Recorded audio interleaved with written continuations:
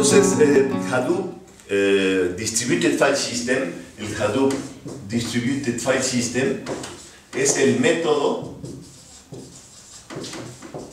para administrar contenido. Es el método para poder guardar los archivos y haciendo la analogía con nuestra ciudad horizontal de casas pequeñas, supongamos que llega a la administración un gran camión, así grandote, de mucho contenido. Este administrador lleva grandes cajas, enormes cajas de información, y lo que hace el administrador lo parte en pedacitos de 64 megabytes que lo va a poner en contenedores pequeños perfectamente acomodados para ese volumen y lo va a ir guardando en las diferentes casitas, porque cada casita tiene suficiente espacio para guardar 64 megabytes o más. Entonces, con eso el administrador inicial sabe dónde guardó cada pedacito. Aunque el tamaño original del gran contenedor que venía en el tráiler pesaba 1 terabyte, entonces son muchos pedacitos de 64, entonces se parten pedacitos, se guardan pedacitos, y el administrador de la ciudad de casas pequeñas sabe cuándo guardó en cada pedazo. Y entonces con eso permite que cada trabajador que está en las casitas, las PC, puedan trabajar su pedazo de trabajo, y todos trabajan, y cuando terminan le indican al administrador central que va terminando su trabajo. Entonces eso hace una sincronización perfecta de una gran tarea partida en pequeños trabajos, y eso se llama el método MapReduce. Entonces ese método permite bastantes tareas con un conjunto de pequeñas máquinas que permite entonces hacer tareas enormes. Hoy, cuando platicamos de cómo está realizándose estas tareas, todo el mundo se pregunta, oye, esto es pues, lógico, parece sentido común.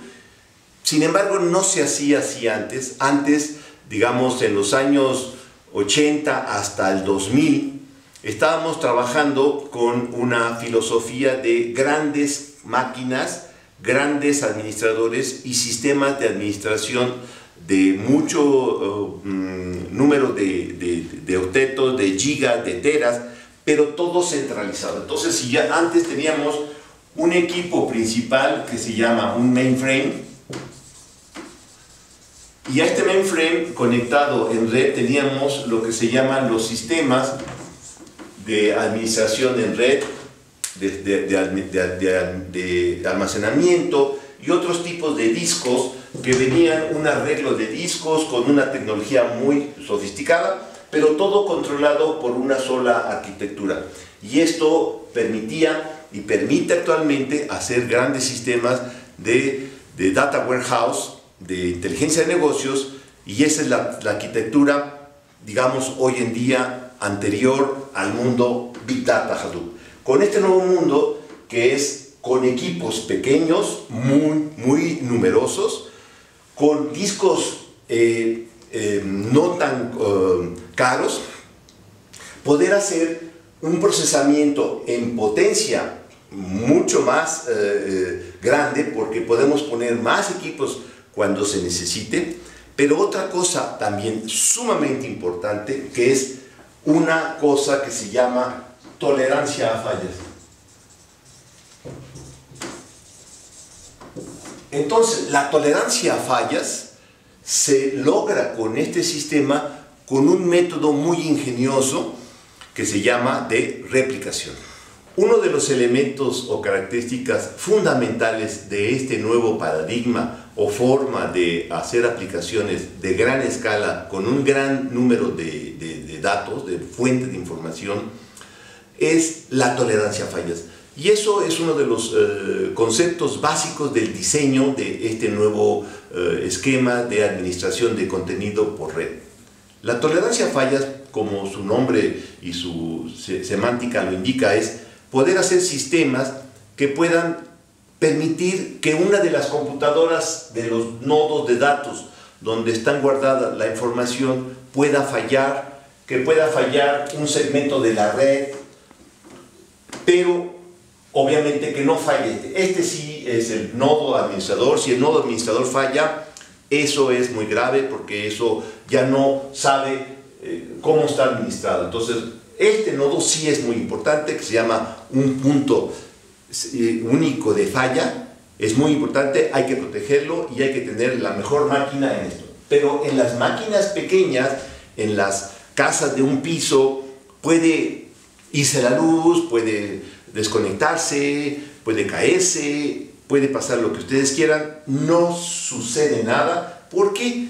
Porque cuando llega la información, la gran tarea, el conjunto de datos enorme, como dije, se partía en pedacitos de 64 megas o más grandes, se puede configurar eso. Estos pedacitos, el pedazo 1 hasta el pedazo n de ese gran archivo, se parte y se distribuye varias veces, el número de veces según un factor de replicación que se define al inicio, generalmente es 3. Entonces, este pedazo, el pedazo 1 del gran archivo está 3 veces, una vez en cada una de estas máquinas, y este nodo administrador sabe dónde lo puso. Ahora, ¿cómo se están controlando las máquinas entre sí para saber cuándo una dejó de estar viva? Una nueva metodología. Antes se hacía que el nodo de arriba, que el administrador, le estaba llamando por teléfono cada minuto, cada hora o diario a los habitantes de la pequeña casita, y si no respondía, ya decía pues algo falla.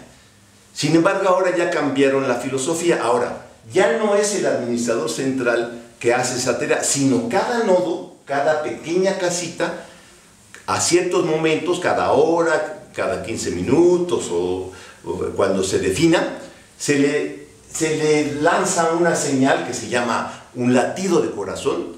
Se le hace un latido de corazón al principal, y entonces eso sabe que si una pequeña casita o nodo, que se llama nodo de datos, no envió su señal de estar viva, su latido de corazón, la máquina o nodo administrador la declara inoperante, muerta. Entonces, al declarar inoperante, muerta esa máquina, esta máquina sabe los pedacitos que puso aquí, y entonces en ese momento empieza a indicar que se vuelva a copiar los pedacitos que estaban aquí a los otros nodos que no han dejado de funcionar. Otro problema muy interesante que se resolvió es el flujo de información. En los sistemas tradicionales, la masa de datos pasaba siempre por el nodo administrador, se tenía toda la masa, y este nodo administrador le enviaba a cada una de las pequeñas máquinas la información. Es decir, que del nodo administrador se enviaba una vez a la primera, el siguiente a la segunda y así a la tercera, pero todo pasaba y se direccionaba del nodo administrador. El nuevo método es, el nodo administrador le manda al primer nodo de datos el segmento de 64, el primer pedacito. Después, este nodo administrador, bajo las indicaciones del nodo, le envía al siguiente. Entonces la información no se envía siempre del nodo administrador, solamente al primer nodo de datos, y este nodo de datos se los pasa en una hilera, en un trenecito, en una línea de información, pipeline, un pipeline que se dice en computación, y cada dato se va transmitiendo de las casitas de nivel 1 a la siguiente, sin pasar por el nodo administrador. Ese es un concepto innovador muy relevante.